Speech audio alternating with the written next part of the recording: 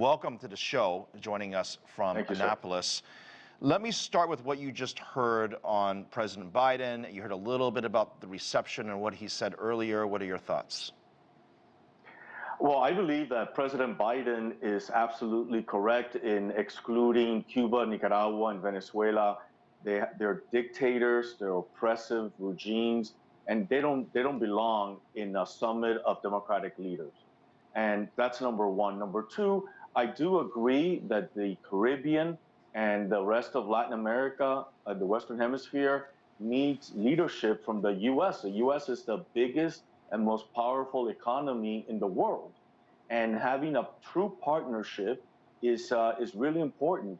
But unfortunately, whether we have a Republican administration or whether we have a Democratic administration, the Western Hemisphere has been a second child, a stepchild. And the U.S. has really not paid the due attention in order to build that partnership. Arthur, when you mean leadership, give me an example. What leadership would you, I guess, would like to see from this administration? I would like to see this administration helping, for example, the ministers of education and in helping the students foster a STEM-like academia program such as science, technology, engineering, and mathematics, which will create innovation, which is the economic engine for the future. So most of the population in Latin America, as well as other developing countries, are young people. And the young people, I know because of my son, he's better than me in the phone and the computer. They're very quick. But we need to teach them. We need to train them, and they will flourish. So that's one aspect that I would concentrate on, education for the young people. Another help that they need is maybe partnering up American hospitals with hospitals in the Western Hemisphere.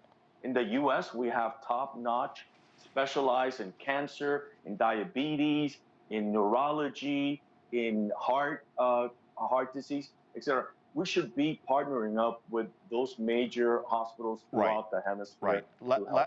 Last night, Vice President Harris spoke to the corporate world. I know the CEOs have been also meeting as well in different, I guess, meetings on the side. What do you think the corporate world wants in terms of this relationship between Latin America, or the Americas, if you will? What do the CEOs of this area, what do they want? They want supply chain exchange from Asia to the Americas. So the COVID-19 woke up the corporate world that Asia is too far away, and we need more supply chain here in the Western Hemisphere. And that is what these corporate leaders are looking for. They're looking for supply chain transformation in the Western Hemisphere. I mean, I know you're following this very closely, and we always talk about agreements or future agreements or things we can work on together. And after the cameras all leave, there is hard work to do. What are your expectations post-summit on what the follow-up might look like and what's realistic to accomplish? And that's the crux of the issue.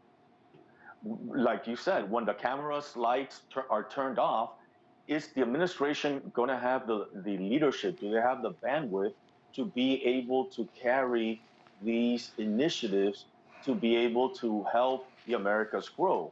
They need help also with the rule of law